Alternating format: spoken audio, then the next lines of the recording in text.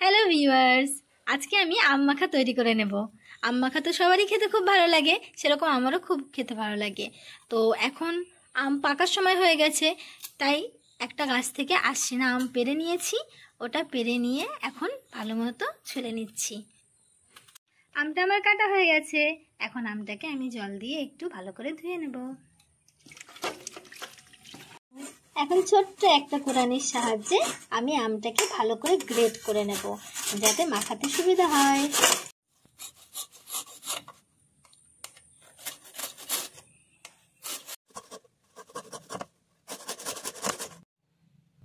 এবার লঙ্কা আর লবণ দিয়ে ভালো করে ওটাকে মাখিয়ে নিতে হবে।